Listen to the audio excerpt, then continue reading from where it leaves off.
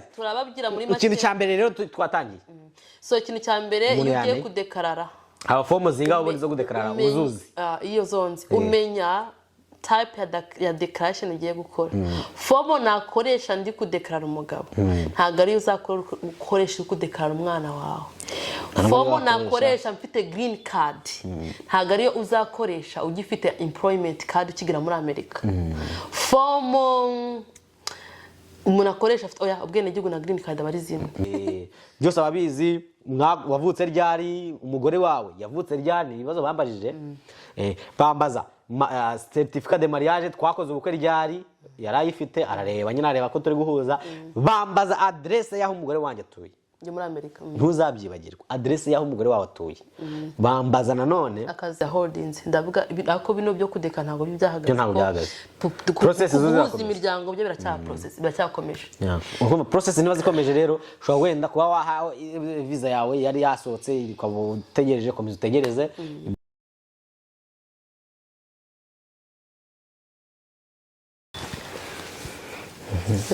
Hey beautiful people, welcome back on Pachu TV show. Now bwambirageranga please kora subscribe, like, comment and share ujoining umuryango wa Pachu. Abantu bari full of love. Amazina nyi banyita Providence Manora. What is your name? Guys, my name is Patrick Papanora. So we are here to family, mugabo n'umugore. This is my problem. No, this my problem. This is n'umutware wanje. This is my wife. No, turakoresha Kinyarwanda. Uyu n'umutware wanje dufite umwana umwe w'umukobwa muzamubona soon. Simukumbuye mukumbuye mugenza mubazanira. So ego ko ndikumva nishimye. I'm so excited. Guys, turabashimiye cyane umuntu wese wakoze. Don't mind my voice. Umuntu wese wakoze subscribe. Turagushimiye cyane umuntu utaranayikora nizere ko nona iyi ni channel yanyu ugiye gukora subscribe kujya tujye tujyana nibigezweho tujyane nibi rero uyu munsi tuafitiye ibintu byinshi abantu benshi bagiye batubaza abantu bakumbuye prank nabo baze kwandika muri comment iri tubona muri benshi nzabatamu aga prank no kubumara n'abana ariko bajya banuka nanone nta kibazo turabashimiye nimwongera ku pranking ntanzaga kwino channel yanyu bavuze ngo bundi we nagazi no kutegura ibaze ko igihe cyose umutima mu binkwawe mwana desara abantu banyanze ngo nababaje umugore anyway uyu munsi tugiye kuganira ku bintu burese yifuza kumenya ushaka kubikora musaza ashaka kubikora mama wawe unawe ugiti cyawe so ibintu tugiye kuvugaho ni ibiryo ubadekarara umugabo wawe umwana wawe umugore wawe sibyo sera wemeye kudekarara umugore wawe wemeye kudekarara umwana wawe n'umubyeyi wawe so nyine babyita guhuza ibintu byo guhuza imiryango gusa ntago wavuga ngo uradekarara mubyara wawe ngo uradekarara murumuna wawe ako wadekarara mama wawe guys so twenda kubyibyo nakoze so abantu benshi bagiye batubaza ati ni gute ushobora kuzana umuntu wawe muri Amerika rero none aka kanya tugiye kubabwira byibura ingingo cyangwa system by step iby'ingenzi ugomba kumenya niba ushaka kujya kuzana umuntu wawe cyangwa se nanone niba ufite gahunda yo kuba waza hano muri Amerika nanone niba waraje menya ngo ejo nejo mundi ese ushaka kuzana muri umuna wawe ese ushaka kuzana mama wawe cyangwa se niba hari n'ababyeyi bawe bose ese niki nakora unge kuzana undi muntu cyangwa se niki nakora kugira imiryango ihure muri rusange rero uyu munsi tubafitiye urabona hari nk'ukuntu wenda umuntu nyine warabyaye umwana kera singo waramubite nyine waramubyariye iwanyu ugakora nyuma ukazashaka washaka wenda ukasanga umugabo wawe mu mahanga ugasiga umwana wawe wa mwana wawe muri kumudekara ukamuzana that's your deal umwana wawe banyashaka guhuza imiryango hamwe iki ushaka kumenyaho turakubwira muri make amafaranga byagusaba ntugire ka hari abantu baba sikema hanzanga abakubwira ati ngo by'abaroya 10,000 so here kwa Pachu tukubwira based on experience nawe ibintu ushobora kwikorera nawe wabyikorera ukaba waza hano muri Amerika nawe ushobora kubyikorera bese bigenda gute cyambere namakuru bundi utazuzabaza nanone niba ari bidashoboye kwikorera shaka umuntu bishoboye hari abantu babigira babumva ko ngiye cyo ntazi ndabaza uko umva niyo ambira ngo ukuntu bashira mu rushinge ntabizi nabikubaza uko ndi umuntu nagunya nkunda nyine I don't know icyo ntazi ngenda baza tu ariko ibyiza nyine nuko ushobora bajya bavuga ngo uzabinjiji akanya gato uri kubaza umuntu nushaka uzabaza umuntu agufata nk'injiji ariko nawe uzawungutse ibintu by'igihe kirekire aho yangu uzakomeza ubinjiji igihe kirekire uzajye kubaza byarakurangiranye uzabaza akanya gatoya niba bashaka gufata nk'injiji wabajije ariko nawe uzawungutse ubwenge uzakoresha mu gihe kizaza. Rero guys uyu munsi tugiye kubabwira uburyo ki ushobora kuba wadekarara umuntu wawe, ushobora kuba wafasha umuntu wawe kuba yagera ahangaha uko byagenda. Murabizi neza ko abantu benshi buno bahagaritse amaviza bagize gute, ariko byagenda kose bizagira gute bishobora kuzongera kugaruka. Koze nabonye guhera tariki zingahe 12 hatanze iminsi 90. No, turekebera by'abarefugee ura mu president Holdings ndavuga ako bino byo kudeka ntago byahagaze. Process zuza imiryango byo biracyakomeje. Process niba zikomeje rero ushobora wenda kuba wahawe visa yawe yari yasohotse ikabutegereje komeza utegereze iby'Imana izakora, ariko nawe nanone niba uzi neza ko hari ubumenyi ushaka kumenya ati ni gute nshobora kuba nagera hari ahantu, ni gute naza n'umuntu ahangaha uyu munsi. Kindi cy'ingenzi ujye ubiragiza Imana, ujye ubisengera cyane pe. Imana irumva, hari Imana yumva cyane ariko kandi ishobora kuba yagucira inzira ko Imana ni urukundo kandi Imana ikunda abantu bakundana. Rero ntago bayumva ko nanone kambabwira sibyo. Ahangaha turaza gusoza ikiganiro turukubabwira nanone hari abo bari gusubiza Jye natso ndatanigira muri ntuzi. Urukumva akakanye. Let's hajya kugira inanga amazina yabo. Umva guys, hano hanze hari abantu bari gusubizayo. Nawe tugiye kuguhereza byibura. No, tuyivuga ngo urabivuganye ahubwo bisoze buno.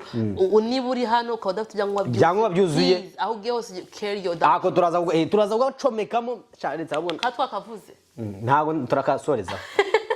Guys, reka itumane none twareba kuntu baza, tuze no kubya kuntu babasubiza. Ndakubwira kuntu baza. Nukuntu babasubiza, uko bagusubiza wahageze. Ntago bagusubiza bitaraza. Yo guys, turababwira muri make. Ikintu cyambere rero twatangiye. So ikintu cyambere iyo ugiye kudekarara. Aba fomo zinga ubundi zo kudekarara uzuzi. Iyo zonzi umenya type ya declaration ugiye gukora. Fomo nakoresha ndi kudekarara umugabo. Ntago ari uzakoresha kudekarara umwana wawe. Fomo nakoresha mfite green card. Ntago ari uzakoresha ugifite employment card ukigira muri Amerika. Fomo umuntu akoresha afite ubwene gihugu na green card abari zimwe. So kamukubye ngiye nakoresha ari fomo I-31. I-31 niyo ukoresha kudekarara umugabo wawe cyangwa umugore wawe. Ariko cyo gihe iyo fomo ufite green card cyangwa ufite ubwene gihugu. None iyo udafite ubwene gihugu ugiye kudekarara umugabo ukoresha form I-70 ni I-70 cyangwa I-71 niba nibeshe mu mbabarire ariko naho ngaho niyo ya form ukoresha ukigira hano nta green card urabona. So ronda ndakuyangiye ku byonzi ufite green card nyine form I-31 ni I-30 ni I-30 yeah I-30 niba atari I-30 ni I-31 I'm getting confused aho baby ni I-30 ni I-30 niba nyine babyira ibyuzi. I know. Babe, we are human beings, all make mistake. Imibare bayize nasibye. Okay, ni I-30 se ni. Whatever. Umuntu bakoresha form, sorry, twatera no joking gakeya. Hari form bakoresha. Drive me crazy, bro. I-30. Let me check. Na manza checking ataza kugira. Ataza kukubeshya. Hari form nyinshi ujye usanga umuntu wenda agiye kwapurika ibintu. Bakazaguhereza ibintu batagize gute utasabye. Ko hari umuntu wagiye kwapurika ayanda baby man umuntu nabonye you don't trust me trusting ariko no you don't guys uko ngiye mbaca kugira byibura ikintu uvuze hano kuri kamera ukibwira umuntu nyine unakimwereke ngiye nkunda gukoresha ibimenyetso sibyo guys rero mwabantu mwe nibuzi neza ko ukeneye umuntu wawe ko yagera hano muri Amerika ntuzavuge ati ngiye gutegereza manza nawe na green card ngiye gutegereza manza nabona iki byose birakonta, ariko hari form zitandukanye ushobora kuba wakoresha ukaba wazana umuntu wawe nta nubwo urabona wenda na green card cyase green card zikazaza nyuma, ariko umuntu wawe tayari yarageze hano muri Amerika. Rero izo byo ngibyo nibyo tugiye kubereka byiro turafata iminota nk'itanu none sasa wowe ni wumva utanyuzwe tujya tubabwira ati ujye wandika comment. Okay, guys, I-31 simwabyumvishe Boss, yeah, is I-31. I-31 ni form ya I-31. Iyo form rero niyo ihuza imiryango, sibyo? Umugabo n'umugore. Kudekarara umugabo cyangwa kudekarara umugore. Kudekarara umugabo cyangwa kudekarara umugore. Ariko ufite green card cyangwa ufite ubwene gihugu. Iyo form rero iyo umaze kuyuzuza uyohereza hehe? so iyo hari ibyiciro byinshi bitandukanye uyohereza ahantu bitewe n'aho uherereye so tuvuge hano iwacu hari icyiciro cyabo kiri muri Washington hari n'icyiciro cyabo kiri muri Texas ubyohereza ute rero giye tuguye basobanurire okay so uza application uje application hari adresse mbese urabyuzuza ukabishira muri package ukajya ku posita ukayiboherereza urukumva muri application yawe harimo amafaranga hari money order wishura $525 niba ntibeshya ariko giye nabikoze ngiye niyo nibikati natanze $525 abari muri application ya ni money order ugura ushiramo nyuma y'icyumweru kimwe bakoreza message ibabwira yuko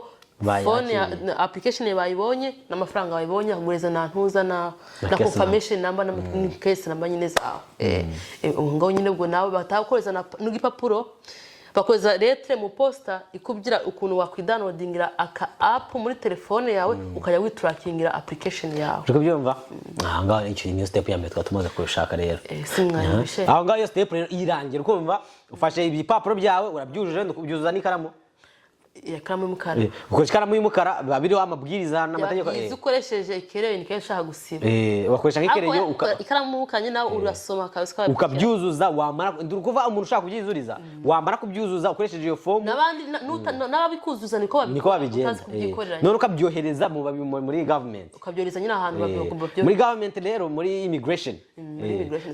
niyo bamaze kubibona batakohereza lettre nyuma y'icyumweru kimwe kabisa hagati y'icyumweru kimwe n'ibyumweru bibiri bakubwira ko case yawe bayibonye nta mafaranga barabikubwira application yawe bayibonye n'amafaranga ko bayabonye batabana yakubwira aho ngaho iyo bamaze kuyabona rero bo baragenda bakajya gukora research bagacekinga imyirondoro batanze ibyo wavuze niba ari byo utarigeze ukora divorce kwa warabeshe byose nyine barabicekinga none bimaze kubicekinga gusa bitakinga time it's matter of time you just have to be patient gusa hagati igihe kingana utareba cyo namaze iyo baguhereza bavuga ko ari hagati y'umwaka n'imyaka 2 nagomba kugira bongere bagusubize deadline yawe kugira nyine case abe ko ari imyaka utagomba kureba ariko nanone baguhereza hagati y'umwaka umwe n'imyaka 2 ariko hari ibyo ushobora kuba wakora ukajya ubahamagara sibyo ugakora icyo bita expedite iyo umaze kubahamagara hari amafaranga make utanga ufite impamvu runaka iyo ukoze expedite ni nko kwihutisha process tuve nk'urugero wenda ndaje nsize umugabo muri Afrika wenda nje ntwite n'urugero Imana ngira umugisha nje ntwite ninza ntwite mfite impamvu yo expediting yo kuvuga yuko ndaje ntwite umugabo wanjye asigaye muri Afrika ntabwo uri kunyumva unyine ukaba ufite impamvu yo ufite impamvu nabahereza yo kuba bakurikije ko ndatwite ndi kugira complication numva nkenenda papa w'umwana kuba ari hafi yanjye nyine hari form wuzuza ukandika kugira expediting wihutishe case yawe irihuta none sasa case yawe rero iyo bamaze kwemerera expedite yawe cyangwa ubwo busaye bwawe dufate nk'urugero uvuye muri Afrika umaze urasezeranye umaze gusezerana uje twite ugatuma byati rero ngewe meze nabi ndatwite kandi wamugari nkeneye umuntu wo kumba hafi bya buri munsi doctor rero yabyemeje ugera gute urabyohereza muri immigration no muri immigration nabo barongera bakabicekinga bakareba niba utari kubeshya nk'abantu mwe uzirinda ikintu cyo kubeshya government ntuzigere ubeshya ko bizakugaruka none sasa iyo basanze rero ari ugize umugisha case yawe bagahita bayakira bakabyemera ugasanga umuntu wawe nko mu mezi 6 base bagira gute base baguhamagara case rero ivuye hano muri Amerika bayohereza muri National Visa Center sibyo okay iyo mbere nuko bayohereza manza approved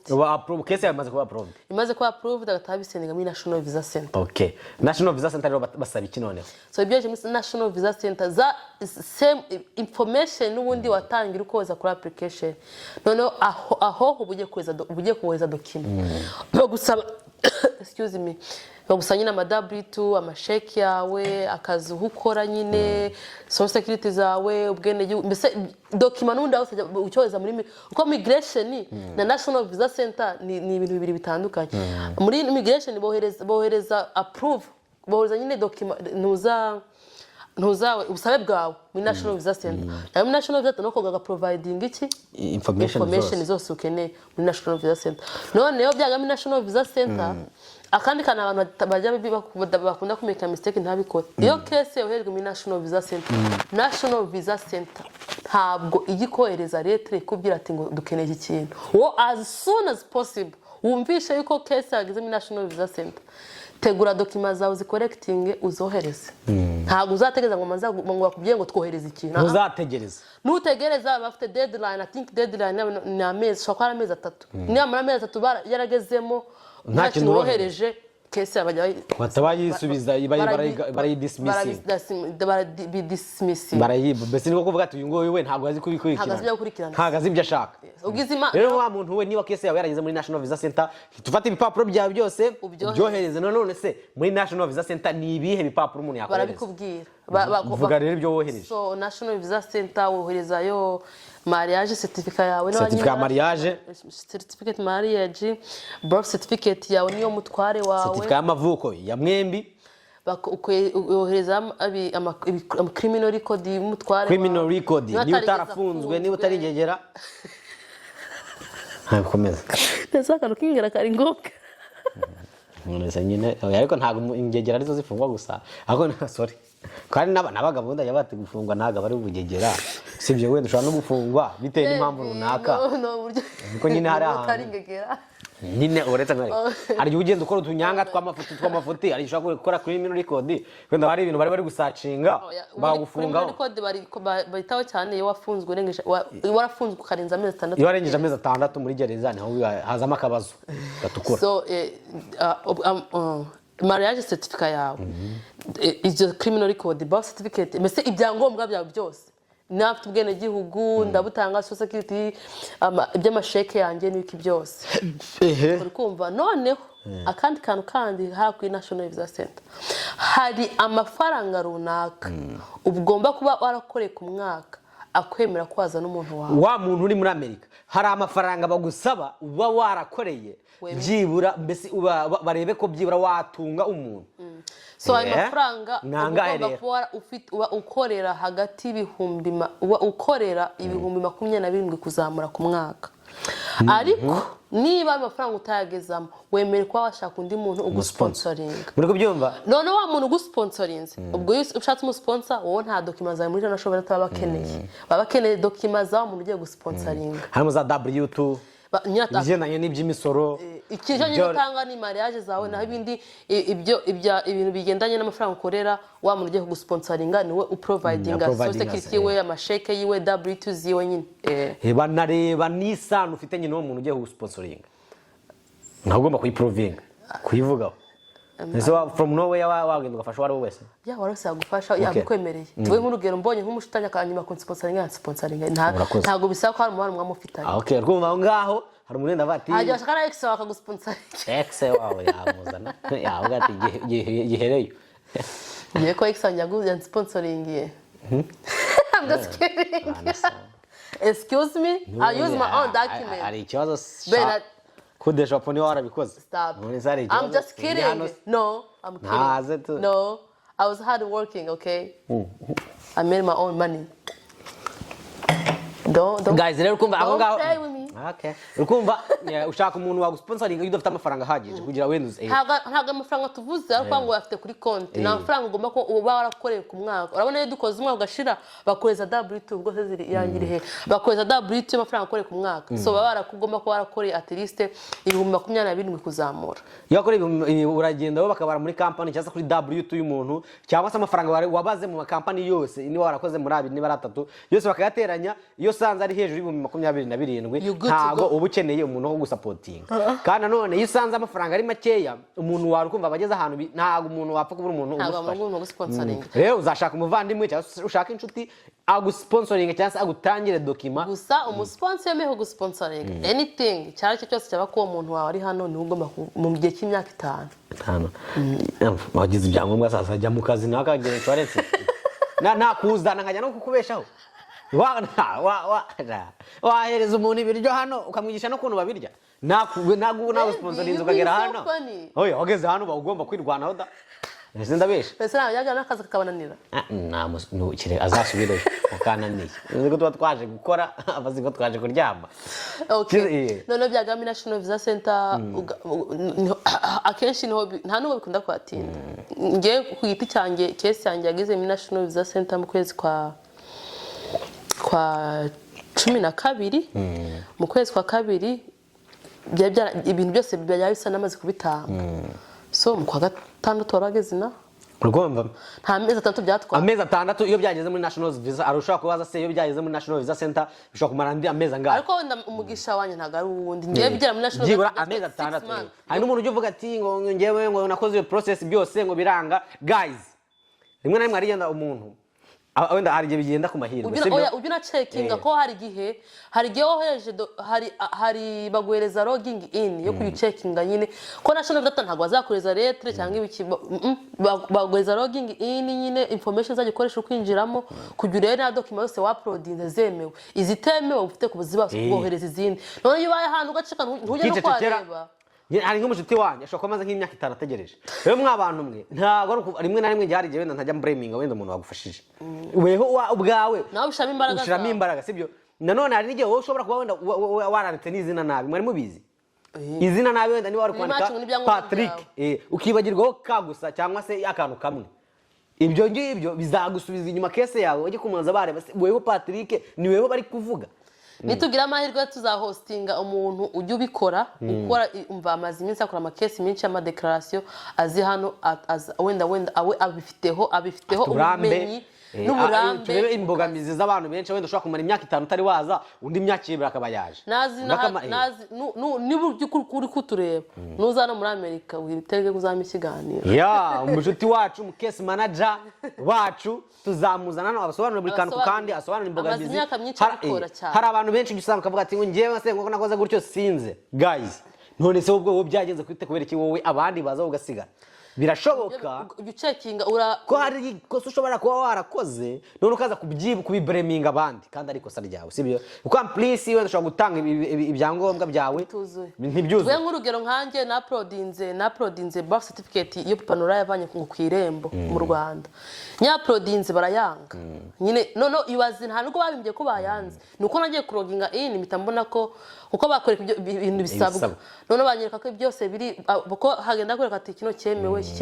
none nsanga birth certificate ntago bayemeye bivuze nibitemewe ufite kwa kandi ngo niho mbikorera ufite kwa uploading iki yindi rero nibwo cyane nase ngusaba iki imwe nziza official birth certificate uploadinze batabayemeye byose iyo bijuze rero bita bigenda iyo bimaze kuba clear national visa center byose amaze kubyohereza babyohereza mu Rwanda kuri ambassade sasa none ambassade nabo baragenda bakakwigaho y'abanyamerika bamara kukwigaho bakazakohereza lettre hahandi no muri kuri ya programme bagwaye ku downloading muri telefone sibira cyase no kuri email ubundi national visa center yo ikomeze kutaza document zawe bakumva bifite communication ambassade yo mu Rwanda bakamanza bareba umwanya afite kuzaguschedulinga interview abantu baraho ngaho none sasa ako kanya utaguschedulinga interview yawe bakakohereza lettre kuri email akubya ati wenda Patrick wowe bigeze aho ngaho nyine baguschedulinga interview ugiye kubwira abantu nkawe uri kudekararwa uri mu Rwanda ni ibihe bintu bigusabwa gukora nawe ugomba kumbaza nuko nanjye nakubazaga ugiye kuba makuru nanjye kuntu nabaye umunyamakuru. Okay, Papa Nora. Iyo wowe wadekara. Iyo case bamaze kuschedulinga interview. Urukumva ni ibihe bintu bisabwa ugomba kuzuza mbere yo kujya kuri ya interview. Uko ujya muri interview ibintu byose hari ibintu ugomba ko warakozeho udekararwa. Urukumva ngewe wenda namwereje. Nize document ugomba kwitabana. Document rero uretse mbabwire mbere na mbere ndi mu Rwanda ngewe sibyo. Ako kanya bahise banyohereza email bambwira ati Patrick ufite ubundi bajya kubwira ngo ufite interview tariki ni mbere y'ukwezi kose ariko mbere y'uko kwezi ugomba kuzajya kwa muganga uzaje kwa muganga uzaze uzanye medical check up. Email niko bivuga ariko ikiza cyabyo muri email haba harimo na none ibitaro cyangwa se abaganga bakorana na ambassade none sasa bungiye ikintu nakoze nabonye email mtamgira umugore turacelebrate tayari bampaye iki bampaye umunsi wo kujya hehe muri embassy gukora interview none sasa mpita mpamagara kwa muganga ujojo ngo nahise ndyama nabibonye ni mugoroba umva nahise numva wajya ndahita ngenda mu gitondo ubwo sasa mba ndahamagaye kwa muganga maze kubahamagara barambye ati rero nta kibazo bagira itariki yo kuzajya muri interview bahita banschedulinga kwa muganga barambye ati uzaza itariki niyi no tuzaba duhari dufite abantu bakeya mba ngiyeyo kwa muganga njya kwa Gasasira ni kwa Karasira ni kwa Gasasira kwa Gasasira natwe no twajyaga tujye kuza mu mahanga ndakeka sinzi ako icyo gihe kwa ko nyema ndi kudeclararwa ngenda kuri for my own expense ndishyurira njyana amafaranga yanjye buri kimwe cyose uracyishyurira ariko ntago bihenda none tujya kwa Gasasira bampima ibyo bampima bamaze kumpima bantera babazi ibisabwa byose babazi ibisabwa bagutegeka no kuzana agakarite ngo k'inkingo zawe nabo banabizi nk'abantu bavutse turi kwirukanka mu ntambara hari igihe nizo nkingo baba baranibagiwe no kuzidutera sinabonye zimwe zagutereye hano hari nizo nzafata nka kabira hari bazanga zizankumbaye oya hari chicken power tekitera nk'iza fièvre jaune tagenda nanone hari ahandi cyaje kuko naje cyaje n'ubundi muri corona yari imeze nabi hari aho twajyaga abari gutanga inkingo za corona n'ibipapuro bya corona byemera gusohoka igihugu twagiyeyo fata inkingo ya fièvre jaune bataguhereza n'agakarita kabyo no kwa Gasasira ari inkingo bari bampaye nazo bazandika muri ako kadi biri required kugira ngo ujye muri interview ntago wagenda mbese nanjye ndikubya step by step I'm asking you yes niba uzi neza ko ibyo utabikoze ntaho waba ukigiye none sasa baranagutegeka muri embassy ibyangombwa cyangwa se ibintu baguhaye ibisubizo bari buguhereze kwa muganga hari igihe babiguhereza mu ntoki cyangwa se kwa muganga akazabyohereza kuri embassy ariko akenshi ngiye ibyanjye base babimpereza mu ntoki ariko baraguhereza envelope ifunze aho byati ntago wemerewe kuyifungura niba ugira amatsiko ukibeshwa yifungura uzamenye ngo byawe bizahita bigira gute bacishamo akarongo ntago wemerewe kuyifungura kwa barimo ibisubizo bya muganga bisaba ari ibanga rya muganga n'umuntu uzajyanira ibyo bipapuro bareko wemeye kwasohoka igihugu none sasa ngiye byose bahise babishiramo mba ndabijyanye kuri embassy itarike bampaye ngezeyo rero sasa kambabwira ngo tubwire document witabanye sorry gatoya ubwo nyine mve kwa Gasasira byose byo kwamwa ngo bisoje izi document zindi izi document natwaye rero sasa document najyanye kwa kuri interview najyanye ibyo document zo kwa muganga njyana birth certificate ya envelope temere gufungura birth certificate njyana bya byangombwa byawe watanze ni National Visa Center byose uko wabitanze n'ubundi narabijyanye birabyaye bigendanye wenda n'amafaranga winjije bya W2 byose narabijyanye njyana certificat de mariage iri hadi niba uzi neza ko wenda ufite interview ukaba ufite copy ya mariage umugore wawe cyangwa umugabo akaba yarazanye original muri Amerika jya ku murenge baguhereze iya original inshasha kuna bimeze ko iri kudekarara ibintu byose ari online ubya proding online so yagiye muri interview abesaka byose afite mu ntoki byose ubugomba kubifite abyirebe n'amaso none sasa ibyango none sasa ufite na passport niba uri umunyarwanda ufite passport y'abanyarwanda niba uri impunzi ugomba kuba ufite passport y'impunzi muri kubyumva neza nari kimwe muri byo wari uri impunzi yo ku Kibuye none tujyana passport y'impunzi niba uri impunzi niba uri umunyarwanda ujyana passport y'abanyarwanda rero abantu akenshi ndari nk'umuntu avuga ati wenda kuba ari impunzi ngarajyana ibifomu arajyana ibica ugomba gushaka passport ikwemera gusohoka igihugu bakaza none sasa niyo ujyana muri ambassade iyo ugezeyo rero naka karita k'impunzi kawe niba uri umunyarwanda ufite irangamuntu yawe ni mbese ndi kubabwira wenda bari mu Rwanda bari mu kindi gihugu cyo ngo ndi kubabyengeye ibyo nanyuzemo ufite irangamuntu yawe na passport yawe none sasa ugenda kuri ambassade wagerayo uragenda kuri reception ukababwira mbere na mbere ufite rwa rwandiko baguhaye kuri email ugomba kugenda ukarufotora ukarukuramo ukaprinting ujyana kuri ambassade uhura n'umusekirite ubaza uje gukora iki ukamubwira ibikuzanye ahita kurangira aho wicara ukagenda wamara kwicara ugafata za document zawe zose hari ahantu ba wemere kuzishira uri desk ujye ugenda ukazishiramo wamara kuzishiramo ugategereza ko baguhamagara izina ryawe iyo bamaze kuguhamagara uragenda ugahita uhura n'umu agent nyine mu officer ushinzwe ibya immigration ushinzwe gukoresha interview rero sasa abari abanyamerika ni umunyamerika wambajije abari abanyamerika n'ubundi aba hari umuntu kwibaza se none bakubaza mu Kinyarwanda mu Cyongereza uko warashizeho kuzavuga niyo twapurika bakubaza iki bakubaza ururimi uzavugamo niba uzi Icyongereza uravuga ati nzavuga mu Cyongereza niba uzi Igifaransa uzavuga Igifaransa bisagwe niba ushaka n'umusemuzi hari n'abantu nahuriyeyo nabo bashatse abasemuzi b'abakecuru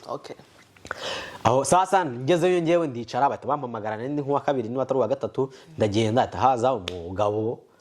nk'umu officer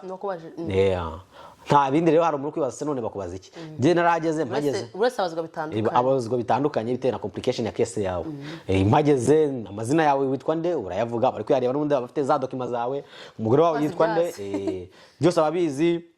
wavutse ryari umugore wawe yavutse ryari ibibazo bambajije bambaza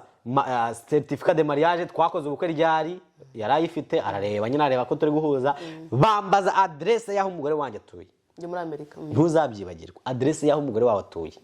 bambaza nanone akazi umugore wanjye akora ntuzigere ubyibagirwa bambaza n'akazi k'umugore wanjye akora nanone bahise bambaza amazina y'ababyeyi b'umugore wanjye ibyo bibazo byonyine bambajije iyo birangiye rero bagusubiza za document zawe zose agasigara na byandi byo kwa muganga noneho sasa agahita agumana na ntuza na passport yawe noneho passport yawe yamaze kwigumana arakubwira ngo nyuma y'icyumweru agose utararenga ngaho iyo urangije interview aho uhava umenye ko byose bimeze neza iyo ikize cyabyo iyo urangije interview bajya batakubwira ati nta kindi dukeneye genda utegereze wenda nyuma y'icyumweru kimwe cyangwa bibiri tuzaguhamagara cyangwa se bafite umwanya uri available hajya bakubwira ngo uzagaruke kuwa 4 gufata passport irimo visa bashyize muri visa yawe rero ngewe ibyangombwa byanjye byose nahise mbifata ndabibika maze kubibika batabagumana passport yanjye ako ugomba kugenda usa neza ugomba kugenda usa neza nyine nk'umuntu ugiye muri niba ugiye muri interview niyo yaba ariyo kujya gukoropa uzagenda usa neza none ibintu byarakaze uzi ko hari n'umuntu the judge you how you know ariko abantu bose baranarakaye n'abantu umuntu usigaye ajya gushaka umukozi wo mu rugo akamureba ko yagafite nk'amaguru mabi niba amaguru ariyo bazatekesha niba bizagenda ute gafite umutwe mubi kandi aje kuganira umuntu wo gukoropa rero mw'abantu mwe ntuzajya ujya gusaba akazi ahantu ugiye gusa neza uzija bari kubigeze iwanyu ariko ntuzajya gusaba ikintu uzagenda imbere y'umuntu usa neza kugira byibura nawe nta nubwo azakubaza ibintu byinshi azabona ko uri umuntu usobanutse guhumura neza wakarabye kuwa 4 hageze bangiye gufata iki passport ari mu visa ahise ngenda nambaye nateze n'indege utagira n'umujura y'incukuza uzinasubiye inyuma araze ngo nagiye kwifata nagiye ababyeyi no mu rugo atere n'abashuti banjye n'ababyeyi hari ko muri kubera ko hari n'igihe cya corona navuga ati mu kanya batabafunga kumva ngo birazamba kandi visa yawe imaze n'amezi 6 iyo amezi 6 ashize utaragenda urongera ugatangira process mwari mubizi cyase bagakubaza impamvu rero ngiye nagiye gufata inuza yanjye indi ndege nayiteze kandi none kambira abantu n'indege ugomba kuyitegera ku giti cyawe uritegera ntabwo ari nka kwa kunenda ubuza wenda uri nk'impunzi bakagutegera ikakuzana iyo intuza iyo wadekaraye ko shafamo ya I71 nyine bara udeka nta green card ufite abaza ari OM bategera iyo wakoresheje ya fomo yindi y'impunzi cyangwa se y'umuntu udafite green card iyo ni uca muri process nk'izabandi bose baje nyine ako iyo uje gutyo ayitori 1 iyo witegera byose urabyikorera itike y'indege giye kuza rero kambasetse tambaje se ngo nageze mu ndege n'ubwa mbere mwene muze nari mbonye indege nyibona ndi kuyijyamo ntabwo nanze ko mu ndege bajya barya ahubwo ikintu cya mbere ahubwo nari maze nk'iminsi ndi kujya ndanga bati se mu ndege bajya kuri wese ubwo akenshi iyo ufite urugendo hari igihe urwara inzoka bazi nari narwaye inzoka nta nubwo nari ndi kurya ati se yakoze nk'ibyo bari cyo narabisize mu ndege ukumva umuntu mwica hari utuntu hari bari kwibaza utuntu twinshi hari umuntu ari kwibaza utuntu twinshi ati se umuntu mu ndege yagenda akiherera akituma mu ndege bajya barya mu ndege bajya bagira gute gihe nageze umugisha nzana na Rwanda harimo abantu benshi bitamenyana n'umuntu nsanga turaziranye mfata neza ariko mwa abantu nyine nayo nafite amashyushyu yo kuza muri Amerika nawe nibuze neza you are been almost 4 years nawe rero nizere ko byibura amakuru tuguhaye hano yabaye hari cyo bigufashije niba uzi neza ko ari byinshi ushaka kutubaza genda umanza batera comment kuri iki kiganiro utubwire ndakurangura nadukunda none sasa ujye kuri Instagram niba ushaka kubaza ikibazo wenda baze hano kuri comment nabyo ni byiza niba utari udakoresha Instagram niba ushaka ikintu kiri personal udashaka wenda kujya muri comment gira kantu wandika muri comment ariko ushiremo ushaka ushiremo udutima utuza kuri Instagram wandikemo Pacu TV Pacu ni pana a na ca ebyiri akarongo ko hasi utanava noneho sasa tuza utwandikira ikibazo kiri personal turakigusubiza niba ushaka wenda n'umuntu wagufasha ushobora kuba twaguzana ujye upininga Instagram yawe muri commentaire ya mbere cyangwa uyandikeho muri yose uri gusoza. So guys, mwakoze kutureba, turabakunda cyane, mutwereke urukundo, mugire amahoro y'Imana akomeze bane nawe. Atari baza namwe mbifurije kuzajya kwituma mu ndege. Nabane wava mu ndege utagiye kuri wese? No, ntago nazi ko muri mu ndege yatanga wayindi. Wayine waje wasinze none. Nanjye nasinze hoda. Mu ndege nicyo kintu cyane nayo cyacemishije. Wayindi rwose. Naraje none sasa wenda ari gihe bwa mbere wenda ufite n'ubwoba. Ati se mana ndarota byibura bibaye. Kumva nyine umuntu afite wenda ari excited. Niwe nawe twaje nk'ihene mwe abandi tutazi n'ihene. Kene nicariye nkajya nsaba kabayinisha nk'abandi ba boss none negera inyuma ya first class. None ari ariko baba bari kurya neza bo ntabwo bameze nk'abagenzi basanzwe. Aba first class se gwara gutagenda 10,000 kugira nzarye neza cyangwa 5,000 ni hari igihe baba kuri do dukeya. Abakire nyine tu burese na abo amugane simbizi gwari gishobora gusanga tugiye ahantu hamwe mvuye mu Rwanda tuje muri Amerika ugategesha icyabiri uwo muri fest 10,000 kandi urugendo ni rumwe amasaha muri mu mubare mw'indege ko babicaye nkagutya ariko televiziyo harimo agateleviziyo nta birenze none sasa kajya muri wese mu ndege hari ndege najemo turi kujya muri New Zealand first class hari abantu bake warawemerewe ko hicara for free hari igihe nicyo kimwe n'urwari ujya mu ndege nini ukiryamira muri muzi ko mu ndege ukagenda urugendo rw'amasaha 16 ukaryama kuva hano tuguye muri New Zealand kuva hano ukagera LA to New Zealand was amasaha 13 ntabwo amasaha 13 uciye gusa rero umva narashashe nora ndamuryamisha ndaryama turasinzi sana kujya usinzira ngo uhereye korega no mu kirere abarimo intuza ari byo iramanutse ngumva aranyeganyiza niba ikubise ibicu sawa bye. Turakunda cyane guys, niba wenda bigufashije it's okay, niba bitagufashije nanone jya mu bindi biganiro byibura urebe hari ibyawe ntabwo kuri byawe. Turakunda cyane, ciao ciao, bye bye.